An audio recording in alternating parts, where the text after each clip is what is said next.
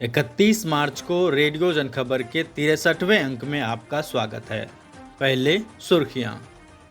कर्नाटक में 4% मुस्लिम कोटा खत्म करके 2 अन्य समुदायों में बांटा गया।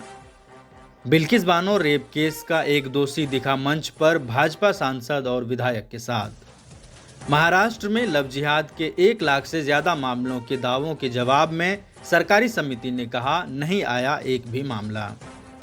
केंद्रीय कानून मंत्री की देश विरोधी गैंग टिप्पणी के जवाब में वकीलों ने लिखा खत, कहा सरकार का विरोध देश का विरोध नहीं। महिला प्रीमियर लीग के पहले सीजन का खिताब मुंबई इंडियंस ने जीता। अब खबरें विस्तार से। कर्नाटक सरकार ने 24 मार्च को नौकरियों और शिक्षा में आरक्षण के लिए 2 नई श्रेणियों की घोषणा की और मुसलमानों को अन्य पिछड़ा वर्ग में मिलने वाला 4% कोटा खत्म कर दिया। भाजपा शासित राज्य में विधानसभा चुनाव होने से महज महीने भर पहले मुख्यमंत्री बसवराज बोम्मई ने यह घोषणा की है। एनडीटीवी के मुताबिक 4% ओबीसी मुस्लिम कोटा वोक्कालिगा और लिंगायत के बीच बांटा गया है। आरक्षण के लिए पात्र मुसलमानों को अब आर्थिक रूप से कमजोर वर्गों के तहत वर्गीकृत किया गया है। हालांकि निर्णय ने कर्नाटक में आरक्षण प्रतिशत को बढ़ा दिया है, जो पहले से ही सर्वोच्च न्यायालय द्वारा लगाई गई 50% की सीमा से अधिक है। यह अब लगभग 57% हो गया है। बिल्किस बानो रेप केस के दोषी की एक फोटो वायरल हो रही है। तस्वीर एक सरकारी कार्यक्रम की है। 11 दोषियों में से एक शैलेश भट्ट मंच पर भाजपा सांसद और विधायक के साथ बैठा दिख रहा है। खबर है कि प्रोग्राम 25 मार्च को गुजरात में दाहोद जिले में हुआ। घटना को लेकर विपक्ष के तमाम नेता बीजेपी को घेर रहे हैं। इसकी चारों तरफ कड़ी निंदा हो रही है।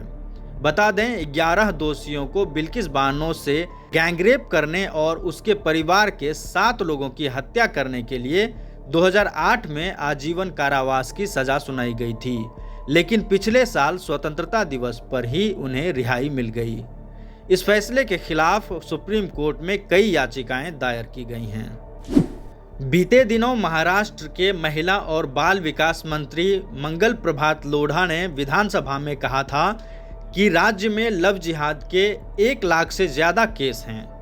अब राज्य सरकार द्वारा गठित समिति ने कहा है कि उनके सामने कथित लव जिहाद का एक भी मामला नहीं आया है। इससे पहले महाराष्ट्र विधानसभा में सूबे की शिंदे सरकार ने गुरुवार को एक बड़ा दावा करते हुए कहा था कि राज्य में लव जिहाद के 1 लाख से ज्यादा मामले सामने आ चुके हैं। सूबे में लव जिहाद के 1 लाख मामले होने के सरकार के दावे पर विपक्ष ने सवाल उठाए थे। पूर्व गृह मंत्री दिलीप वलसे पाटिल ने कहा कि सरकार के दावे पर हमें यकीन नहीं है। उन्होंने कहा, अगर राज्य में लव जिहाद के इतने मामले हुए हैं तो सरकार साबित करे और अपने तथ्यों के समर्थन में दस्तावेज सौंपें, वरना हम यह मुद्दा विधानसभा में उठाएंगे।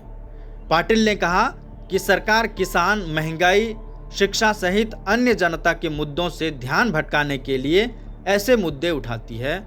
अब सरकारी समिति ने ही महाराष्ट्र में लव जिहाद का एक भी मामला नहीं बताया है।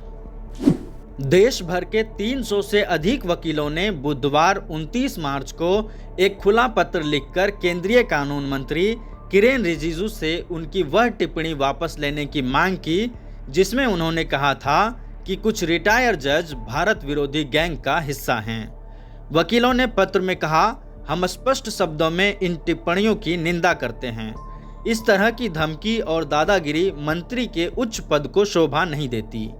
हम उन्हें याद दिला सकते हैं कि सरकार की आलोचना न तो राष्ट्र के खिलाफ होती है, न ही देशद्रोही होती है और न ही भारत विरोधी होती है। उन्हें याद रखना चाहिए कि आज की सरकार राष्ट्र नहीं है और राष्ट्र सरकार नहीं है।